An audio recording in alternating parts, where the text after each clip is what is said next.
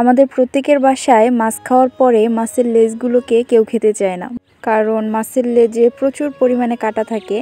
তো আজ আমি তোমাদের সঙ্গে শেয়ার করব এই কাঁটাওয়ালা মাছের লেজগুলোকে কিভাবে তোমরা খুব মজাদার একটা ভর্তা তৈরি করতে পারো। আমরা সবসময় প্রায় বেশিরভাগ ইলিশ মাছের লেজ ভর্তাটা খেয়ে থাকি, কিন্তু রুই কাতলা মাছের লেজগুলোকে আসলে সেভাবে ভর্তা করে খাওয়া হয় না। ইলিশ মাছের লেজের মতো কিন্তু রুই কাতলা মাছের লেজের ভর্তাটাও অনেক টেস্টি হয়। তো তোমাদের সঙ্গে আমি আজকে শেয়ার করব। বন্ধুরা, এই দেখো এখানে আমি দুইটা কাতলা মাছের লেজ নিয়েছি। এগুলা আমরা মাছ রান্না করে খেয়ে ফেলছি, লেজগুলো পড়েছিল। তো এই লেজগুলো কেউই খেতে চায় না আমাদের বাসায়। তো আমি ভাবলাম যে আজকে একটু ভর্তা করে দেই, তাহলে হয়তো সবার কাছে অনেক ভালো লাগবে, তখন খেয়ে ফেলবে সবাই। তো আমি এখানে 2 পিস লেজ বের করে নিলাম ফ্রিজ থেকে, আর এগুলোকে আমি এখন একটু হলুদ আর লবণ দিয়ে মাখিয়ে নিয়েছি।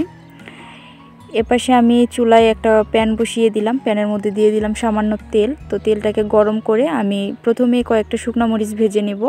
ভর্তাটা আমি শুকনো মরিচ দিয়েই করব, তোমরা চাইলে কাঁচা মরিচ দিয়েও করতে পারো। তবে আমার কাছে মনে হয় যে মাছের লেজ ভর্তায় কাঁচা মরিচের চাইতে শুকনো মরিচের ফ্লেভারটা একটু বেশি ভালো লাগে। এই তো আমি এখানে পরিমাণ মতো শুকনো মরিচ ভেজে নিচ্ছি, আর একটু ঝাল ঝাল করে আজকের ভর্তাটা আমি তৈরি করব। তো শুকনো মরিচগুলো ভাজা হয়ে যাওয়ার পরে এগুলোকে আমি এখন তুলে নিয়ে তারপরে কিছুটা পরিমাণ পেঁয়াজ কুচি ভেজে নিচ্ছি।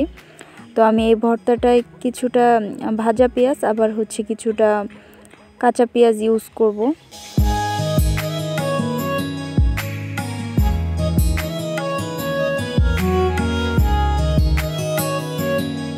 পেঁয়াজটা ভাজা হয়ে গেছে। পেঁয়াজটা ভাজা হয়ে যাওয়ার পরে আমি পেঁয়াজটা তুলে ওই তেলের মধ্যেই মাছের লেজগুলোকে ভেজে নিচ্ছি। মাছের লেজগুলোকে আমি এপাশ ওপাশ করে খুব ভালোভাবে ভেজে নেব।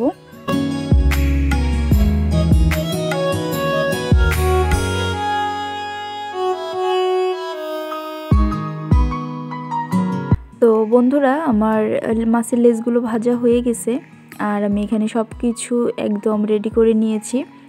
ভাজা পেঁয়াজ, কাঁচা পেঁয়াজ, শুকনো মরিচ, ধনিয়া পাতা, লবণ, আর মাছের লেজগুলোর কাঁটাগুলো এখন বেছে নিব।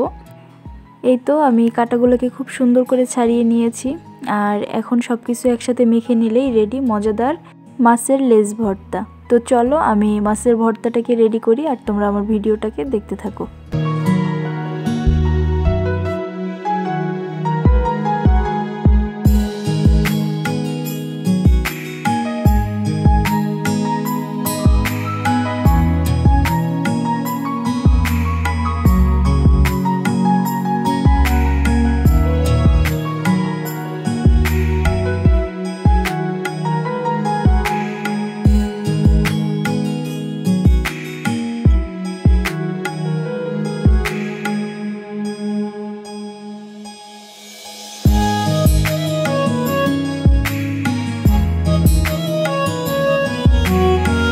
বন্ধুরা, এই দেখো আমার মাছের লেজ ভর্তা একদম তৈরি হয়ে গেছে, আর এটা কিন্তু গরম ভাতে খেতে ভীষণ ভালো লাগবে। তো আমি এটাকে এখন গরম ভাতে পরিবেশন করে তারপরে খাবো।